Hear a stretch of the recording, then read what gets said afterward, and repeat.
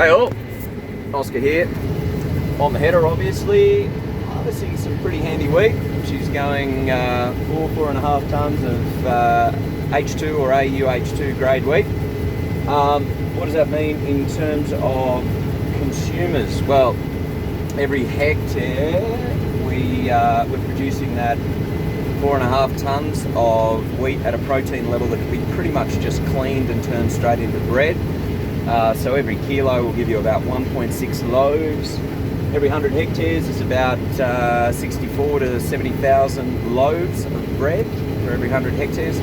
And over 100 years, if we kept this up, every 100 years we would produce, 6.5 to 7.5 million loaves of bread in that century. However, this is not necessarily the most profitable land use for me right now. And that's what this video is about. The problem is this: Australia is a signatory to the Paris Agreement and has commitments that it's made on the international scale to reduce our emissions. And those commitments are kind of going to be in place whether or not we have net zero 2050 targets or we match the OECD average. So it doesn't really matter when we're talking ALP or LNP. There is still going to be some obligations in place, and the policies of the two major groups are remarkably similar. The headlines are very different, but when you look at the details and how the mechanism works within markets, land use and all that sort of stuff, it's not that much different. And ironically, surprisingly and very sadly for me, this kind of country is under extreme threat because of the policies that both sides, both majors, have got in place right now. I want to explain that because it is the largest strategic threat to food security in this country over the next 25 years. And more so, it is the largest threat to family farming in this country over the next 25 years. And as I said, it does not matter whether it's net zero or the LNP's version. So let's talk through it. The first thing to understand all this is you've got to understand the safeguard mechanism. Now, the safeguard mechanism was put in place by a Conservative government, by Tony Abbott, the onion eater. His government put in place the safeguard mechanism, which essentially says that any facility or enterprise that produces over 100,000 tonnes of CO2e has to offset those emissions. So it's not a carbon tax, it's more a polluter pays via Bitcoin. The Bitcoins here are ACCUs, Australian Carbon Credit Units. Those ACCUs can only be provided through an approved methodology. So I'll just double check that. To produce those ACCUs, you have got to go through the government, go through the ERF, the Emission Reduction Fund, which is part of the Commonwealth Department of Emissions and Environment, right? So where do ACCUs come from? Who creates and who generates ACCUs? Obviously it's approved by the government, but it's got to be, well, bona fide and verified. And so you can only use certain methodologies. So some of those methodologies we as farmers understand. We see the tail end of all this policy. It's selling carbon credits through, soil carbon or herd efficiency or things like that, yeah? But, sorry, unfortunately, the way it's all been designed, it's not optimal efficiency. The best way, economically, as an investor, if you want to get carbon credits, and you need carbon credits, because you've got an obligation that you have to fill under Tony Abbott's safeguard mechanism, well, the only way you can really do that well is by planting trees. Buying prime agricultural land over 600 millimetres annual rainfall and planting trees on that land is the most cost-effective ERF methodology. So, Woodside, Santos, Adani, the big boys of the emissions portfolio of this nation have now started actively buying farming country. Now, shout out to Western Australian Farmers Federation, New South Wales Farmers. In the last couple of years, both those industry rep bodies have come forward and expressed concerns and asked for policy changes to protect farming country. But sadly, it hasn't happened yet.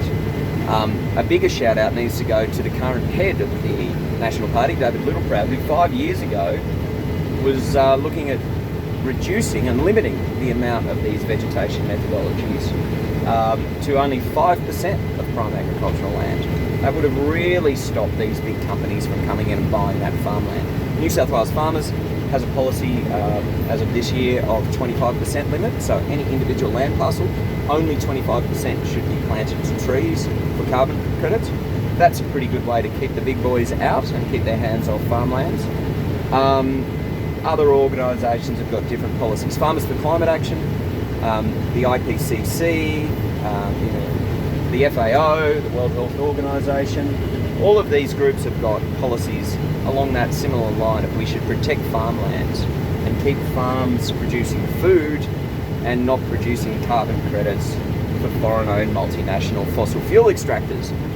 Sadly though, every single thing I've seen in the announcements from the LNP about their anti-net zero and from the government, the ALP, with their net zero strategies, nothing in there is going to protect Australian farmland.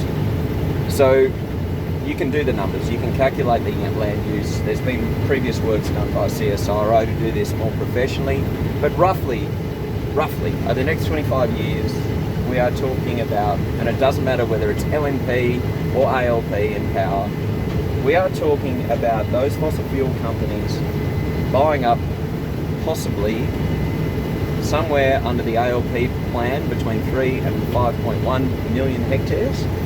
And in the coalition plan, it's actually worse, probably 5 to 7 million hectares, because there's going to be more emissions and therefore there's going to be more purchasing of farmland to offset those emissions. We are literally talking 3 to 7 million hectares, and it's not shit country out of Westerberg. Sorry to the people of Westerberg, but you know, it's not low rainfall country, it's high productivity country. It's this sort of a paddock that normally would be producing this sort of yield and this sort of food. That's what is going to be targeted by that market. It's a major threat to food security. And when we're talking, you know, renewables, and people jump in and go, oh, solar panels are the bigger issue. But solar panels are a rounding error when it comes to how much agricultural land is lost. Wind turbines, nothing in comparison to the amount that's about to be lost here. You've just got to understand that this is the biggest thing in terms of food security threats in this country right now. And it's not just because trees are planted, because those trees aren't just planted. The ERF methodologies are 25 to 30 years of carbon credit generation, but an obligation for that land to then be locked up for another 75 years. So we're talking about 100 years of that food production being gone. If I did a part of this paddock, or if I did my whole farm, or if I sold my farm to Woodside and they bought it up, every 100 hectares, 6.4 million loaves of bread lost for a century. This is what we're talking about. We're talking about up to 7 million hectares, the best food producing land in this country, going for a century. Now here's the dirty little trick too. We know this because some of the fossil fuel companies have been relatively honest with neighbours and stakeholders and locals. Their plan is to do what they do with their extraction points. So with a gas well, most of these companies run their extraction, pull out the fossil fuels, the gas, the coal. When there's about 10% left, they then sell it to some other shelf company. And that way they don't have long-term legal liabilities for, any damage that they've caused, any leaks, if the water table gets fucked up or something like that, the irrigation locally fails because they've punctured an aquifer or something. They get rid of those assets with 10% left in the tank and hand that liability and that future costs onto someone else. And we understand that that's what they're going to be doing with the carbon credit process too. So they're going to be buying farmland now, in a couple of years planting those trees. By 2050 they'll have most of the carbon credits harvested. The ERF methodology will finish. Just before it does, they'll sell that country with a little bit of carbon credit generation left over. And then for the next 70 years, the new landholder is going to have to manage the biosecurity, the weeds, the pest animals. They're going to be a permanent resident for a couple of generations in those rural communities. I don't see where they get the money from. I don't see how they pay for all that sort of work. So it probably means those companies aren't going to be doing what they need to be good neighbours and good stewards of the land. It's going to turn it into a feral pest, weed haven, bushfires, all that sort of stuff. Like it's going to be a bit of a disaster. And when you consider the scale, how much land is going to have to go into that, it's really going to have a big impact across a lot of agricultural communities. Like I said, the guys down in Gilligat, they've been smashed by Woodside in particular, but it's starting to happen all across the country. So, when you're a farmer at a farmers meeting talking about ag policy, getting some form of limitation on the percentage, by area or by a district, or even better by a single enterprise or land ownership unit, to say you can't have a certain amount. Like I said, David Littleproud a few years ago wanted it to be set at a maximum of 5% of prime agricultural land. I'm hoping you'll start firing that line up again. Maybe not so tough, maybe go to New South Wales Farmers Association's 25% limit. But if we don't do that, then in 1 or 2 generations' time, Australians will genuinely be threatened with food insecurity. We're going to see incredible displacement of agricultural communities. And look, guys, it's just a dead set disaster in the making. It's a slow car crash and it can be stopped, but we need major parties to change their rules for the emissions minister or the shadow emissions minister to basically change the ERF methodologies, put those limits in place, protect Australian farmland. Let farmers continue to be farmers and have full grain tanks, because the chaser bin can't keep up with me. That's a good problem to have. But if we don't have those sort of restrictions put in place, then Santos, Woodside, Rio Tinto and all the other big emitters, fossil fuel companies, will own the majority of the best farming country in Australia and have planted it to trees and pretty much fucked Australian agriculture for the next 100 years. I don't think anyone wants that. I'm not sure the Nats are aware of it. I hope they change their policies. I hope the Labor Party changes its policies. But it doesn't matter. We're caught between the devil and the deep blue sea here.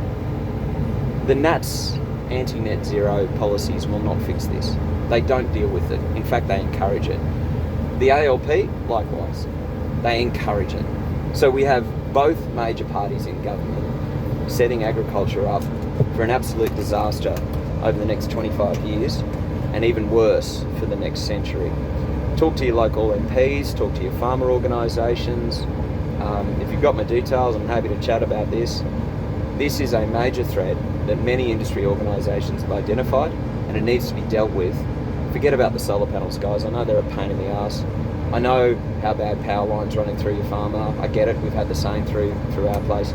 But they are small fry when you consider just how much ag land is going to be lost and how many bales of cotton and loaves of bread and feeds of hummus and feeds of steak. All of that is at risk right now because of both major parties' policies on offsets. Get onto it, guys.